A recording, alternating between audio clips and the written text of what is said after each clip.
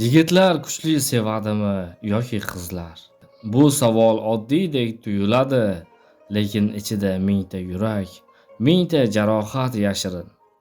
Keling bugun shu savolga rost javob izlaymiz. Qizlar sevgini his qiladi.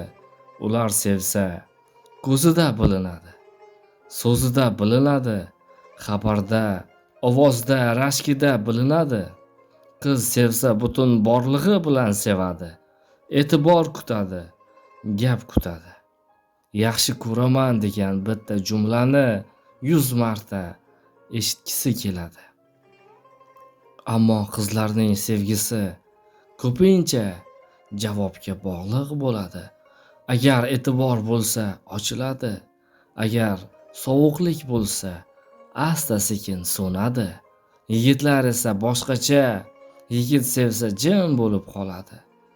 U ko'p gapirmaydi, ko'p yozmaydi, lekin ichida butunlay yonadi.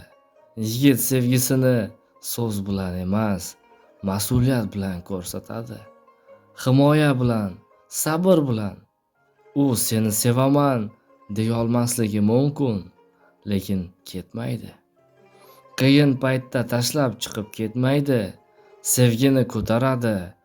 Eng achinarlisi shundaki, ko'p qizlar yigitning jim sevgisini beparvolik deb o'ylaydi.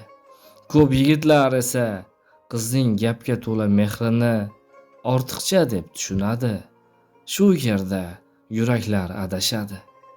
Aslida savol noto'g'ri qo'yilgan. Kim kuchli sevadimi deb emas, kim qanday sevadi deb so'rash kerak. Chunki qizlar sevgini berishda kuchli, yigitlar sevgini ko'tarishda kuchli. Biri tez yonadi, biri sekin, lekin uzoq yonadi. Sevgi musobaqa emas, kim ko'proq sevadi degan savol noto'g'ri. Agar bir tomon gapirib, ikkinchi tomon eshita olsa, sevgi yashaydi. Agar biri his qilib, ikkinchisi tushuna olsa, sevgi mustahkam bo'ladi. Demak, savolga javob shu. Yigitlar ham, qizlar ham kuchli sevadi.